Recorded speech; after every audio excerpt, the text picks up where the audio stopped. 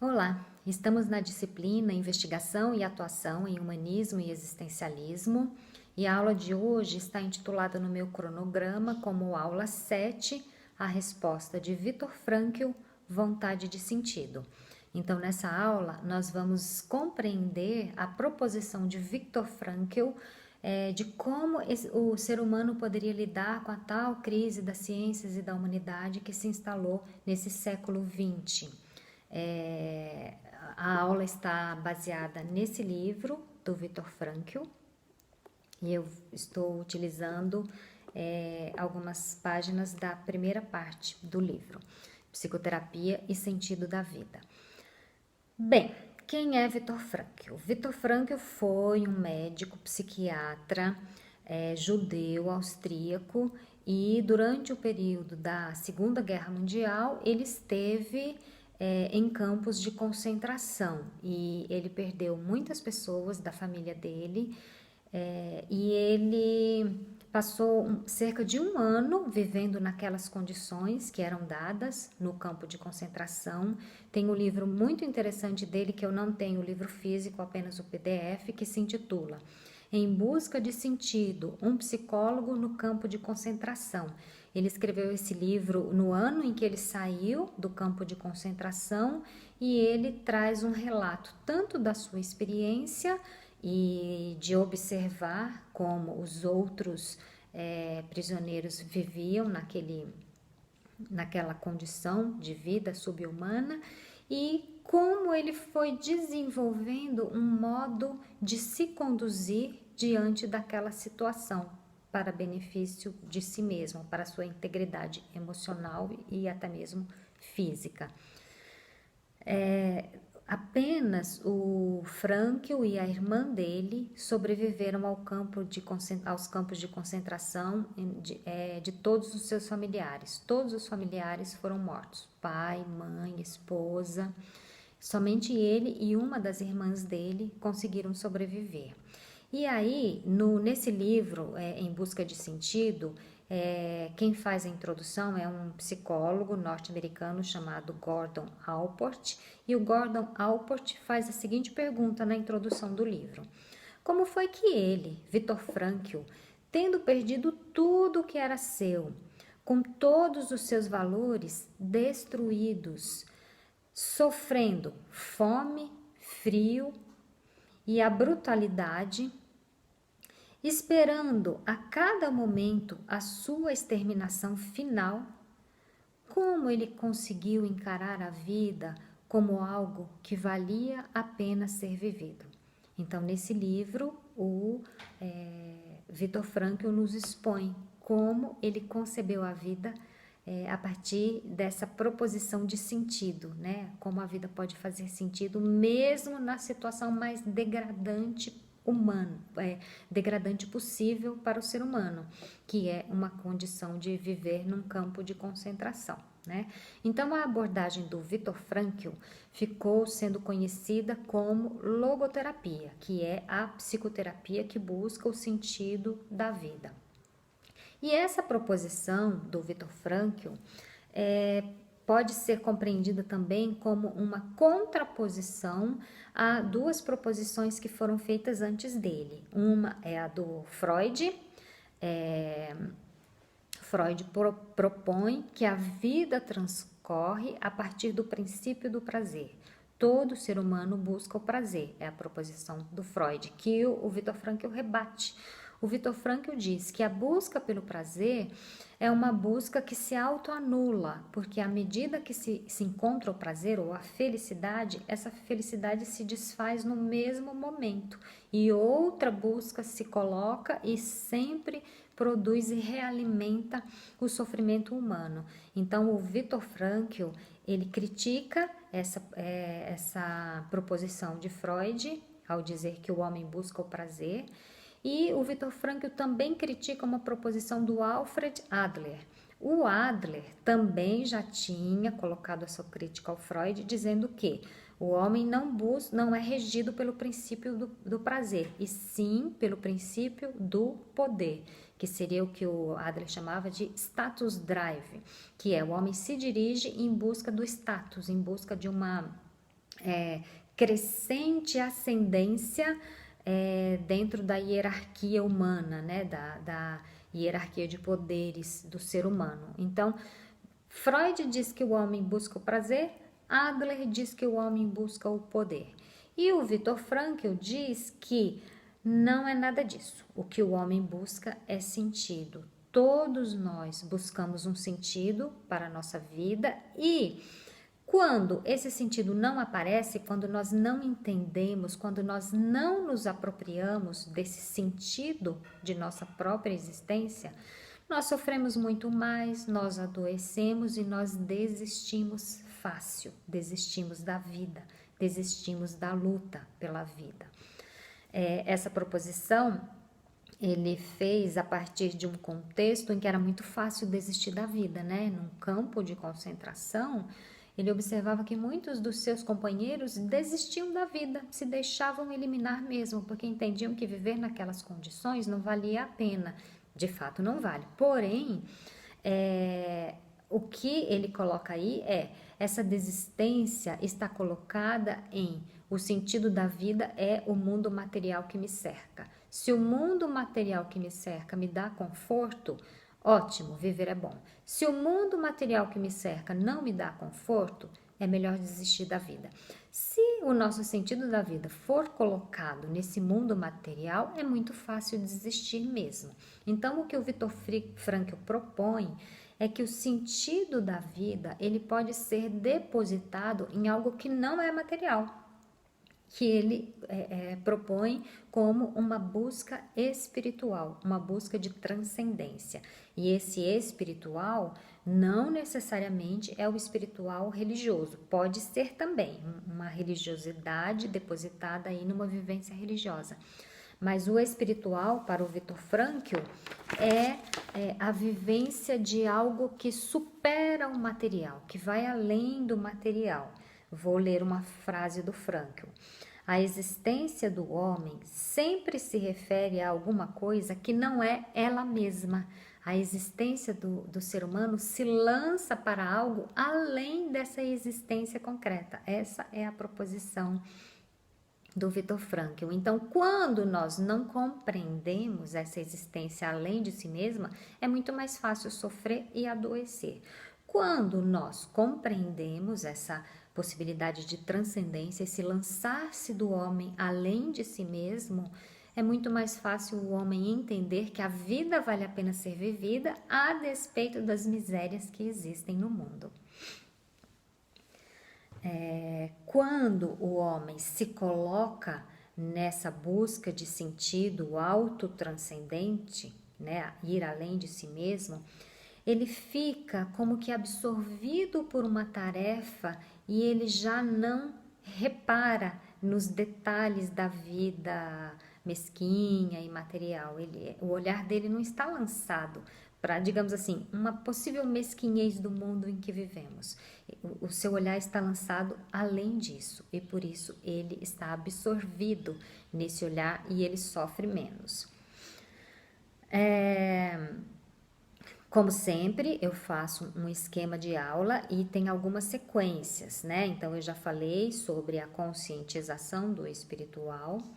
Então, a logoterapia de Viktor Frankl, como análise existencial, ela se esforça por trazer o homem à consciência de o seu ser responsável, a consciência do seu ser responsável. Eu sou responsável pela minha própria existência e, consequentemente, pela existência do meu entorno. A responsabilidade é considerada por Frankl como um fundamento da existência humana. E quando o ser humano não se apropria de sua responsabilidade, provavelmente ele terá uma existência mais mesquinha mesmo, uma existência mais permeada por sofrimentos pequenos, mesquinhos e que se avolumam e que se tornam grandes no olhar daquela pessoa que vivencia aquilo, né? E a responsabilidade, ela está voltada para o sentido da vida.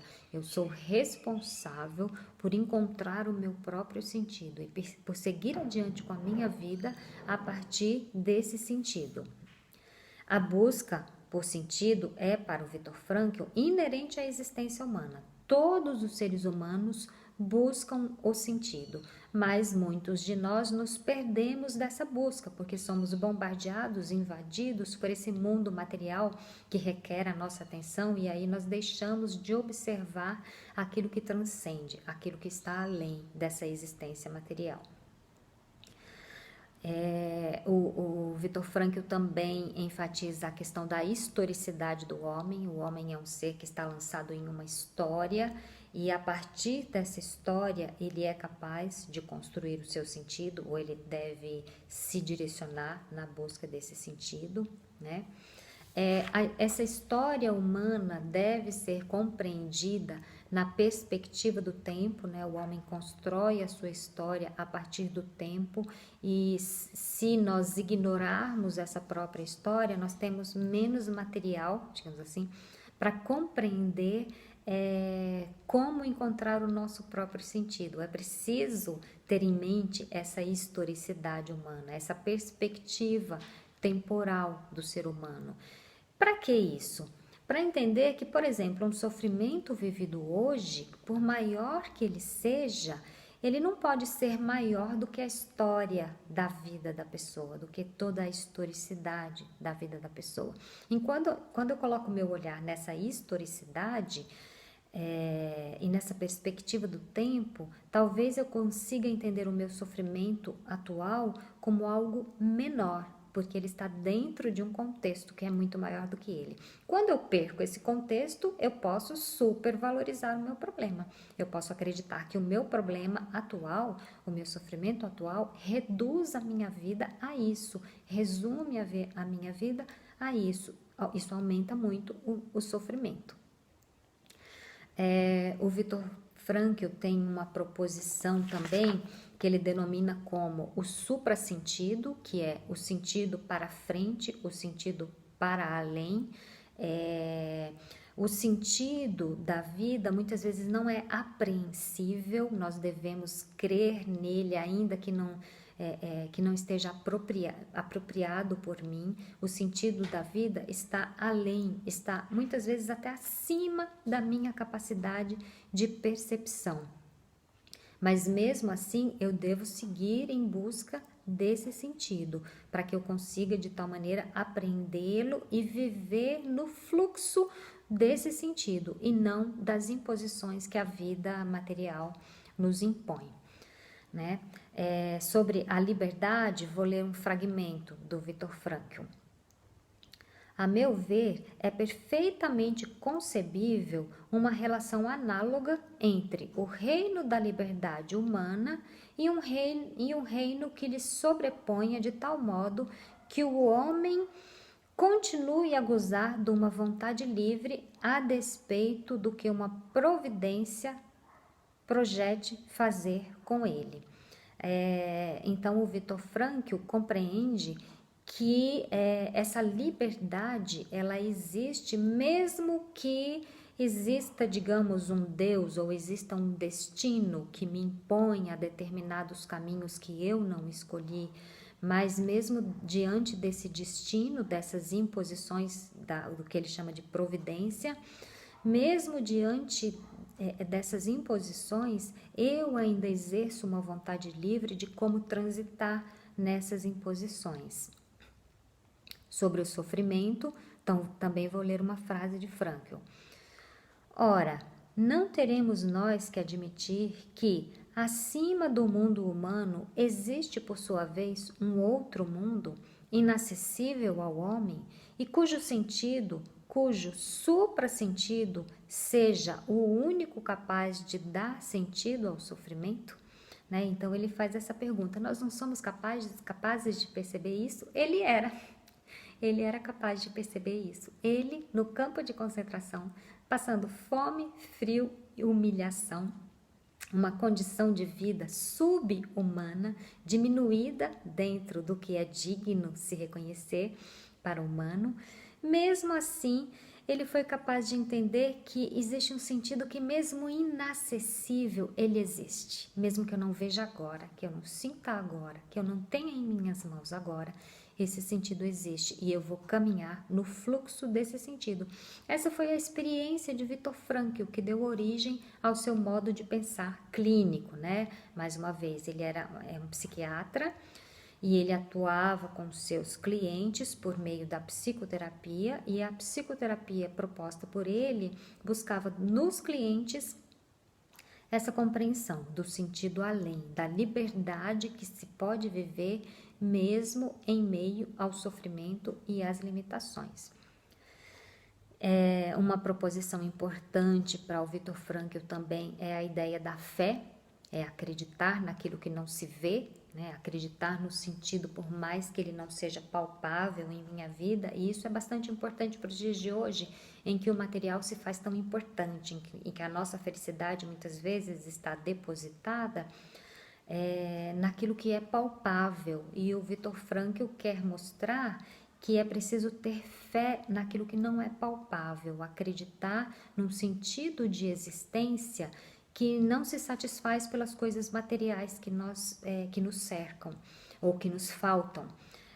Então, ter fé nessa existência mais ampla, mais além. Sobre a responsabilidade, vou ler também uma frase do Frankl, desse livro Psicoterapia e Sentido da Vida.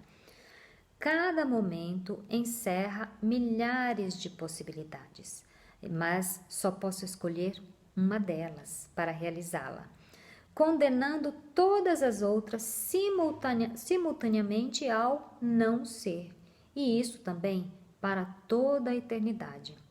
Não obstante, é sublime o saber que o futuro, tanto o meu próprio como o das coisas e dos homens que me rodeiam, em certa medida, por pequena que seja, depende da decisão que eu tomo nesse mesmo instante. Então, o Viktor Frankl está situando aqui a responsabilidade de cada escolha.